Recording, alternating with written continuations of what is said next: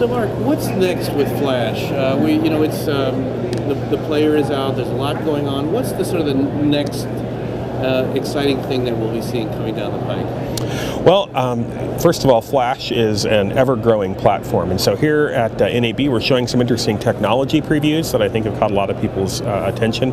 What's fascinating is that we're actually showing new capabilities not only in terms of playback with Flash, but in terms of creation of media into Flash. So one of the technology previews is we're showing some capabilities about, in a simple drag and drop way, how people can author Flash video in an interactive experience. So not just making a compressed video file that someone clicks on, but actually being able to provide that interactivity of things moving around and across and in front of the video.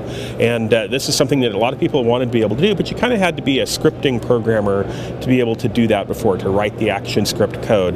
And not everybody's an action script programmer, that they still want to be able to do this. So creative people and artists have wanted to be able to have more control. So we're actually showing this technology preview of how that works. And one of the other things that we're showing is a capability in the editing workflow for people to be able to have text-to-speech technology working in the background. So literally an editor, as you're editing the video, building a transcript of what is being said. So, for example, what I'm speaking right now would actually be being built as a transcript, and the editor can edit not only frames and seconds of video, but actually edit on the words and instantly find words.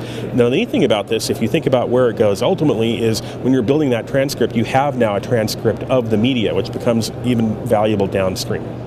What do you think about video that can be indexed more effectively?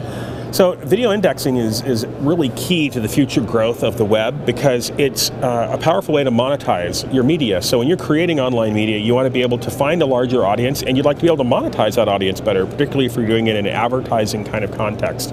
And so it works really great in HTML web pages, because it's very easy for a computer to analyze an HTML web page and understand what it's about or what's being discussed there. But rich media, like video, is really opaque to that kind of machine search and machine understanding.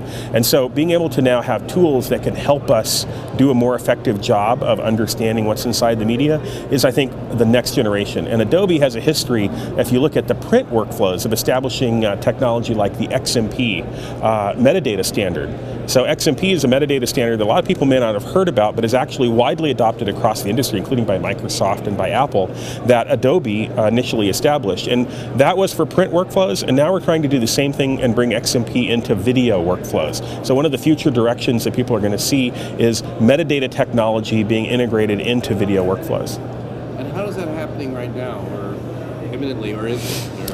It's stuff that we're working on. So we can't talk about it too specifically, but directionally, in terms of broad themes, we're being a little more open about where we're going and what we're thinking about.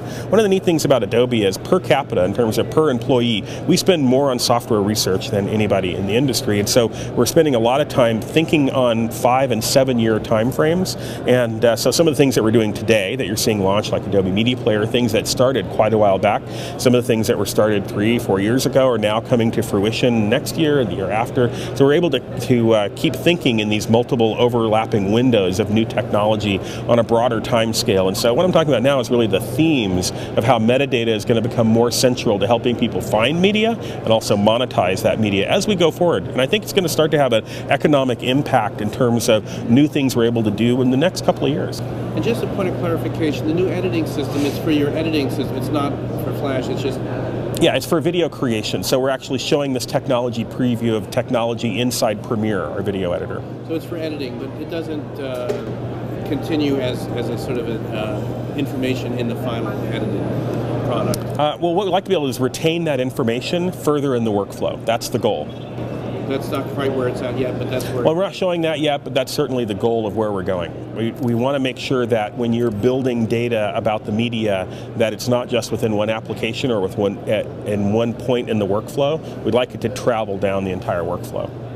And since Adobe is the only company in the world that has workflow all the way from planning, like using Photoshop and Illustrator to be able to storyboard, all the way through creation and effects and distribution and compression and putting it on disks and putting it onto the web, to playback with Flash and the Adobe Media Player, we're really the only company that has that full spectrum. We call it plan to playback.